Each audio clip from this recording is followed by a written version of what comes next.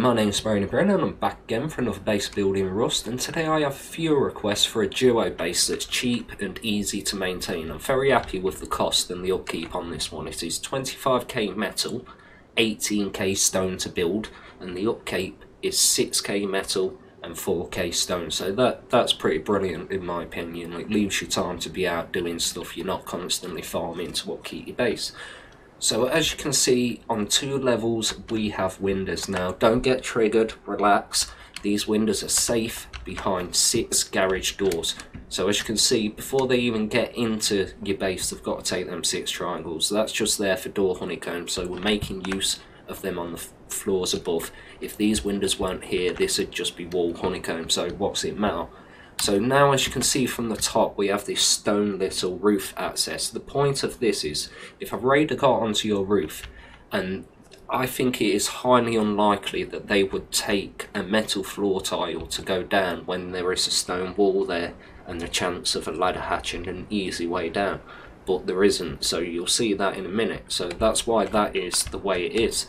So on this space you've got 360 degrees line of sight all the way around. You can defend from an online raid, you can deal with door campers, and you've got roof access. So now that's been said, let's drop round to the front. We open the front door up. All doors are optional. I recommend armoured. If you cannot afford armoured, that's totally understandable, get sheet metal in there.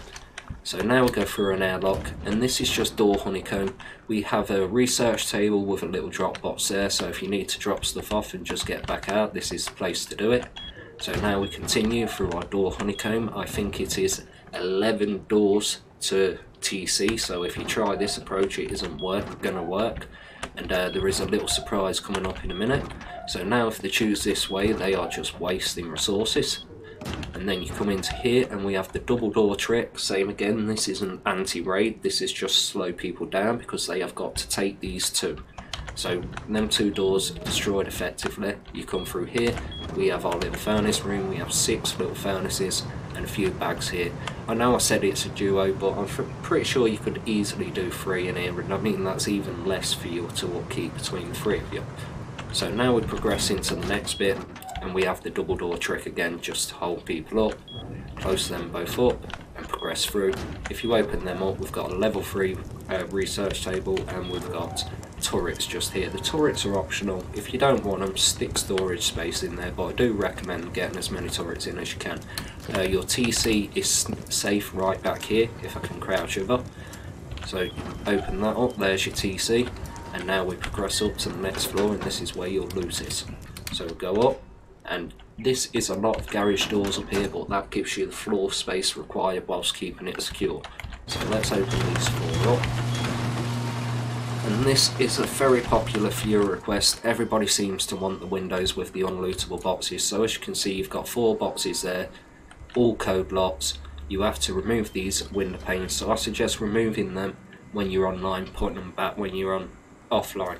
And then if not, what I personally like to do with loot rooms like this is I like to have a garage door, and then that way I will be able to get 5 large boxes and a small box. So if you value space over this stuff, do what I just said and use a garage door instead to get more loot storage. So progress through to here. As you can see, we've got 2 more loot rooms. Your loot is very spread on this base, so it is hard to get it all. They're really going to have to work for it.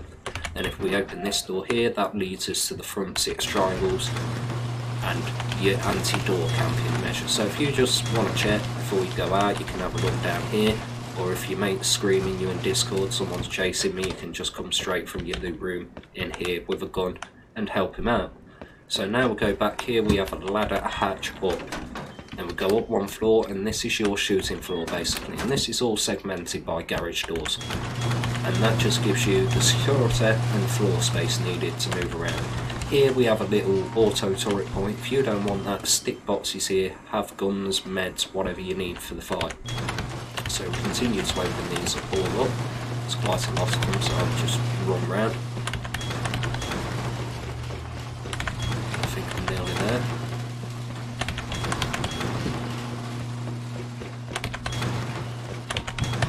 let's head around here. We've got windows that give you a line of sight everywhere, so if you're being raided you can get them from different angles and keep on guessing. You're more defendable around your front area, as I think that's more likely where people will hit you, and it's just a nice base for taking down the heli or defending from an online raid. Now we want to go up another floor. Here we have a stacked ladder hatch just so it's not an easy raid down, and this requires a bit of crouch jumping, so close that up before you open the next one. And this brings us onto that little stone alcove on the roof as I showed earlier. Have 2 shotgun traps in case anybody tries to door approach, which I severely doubt it. I think they'd be more likely to rocket a wall, but we'll see what happens. I'll try it out on a modded server, see how it goes.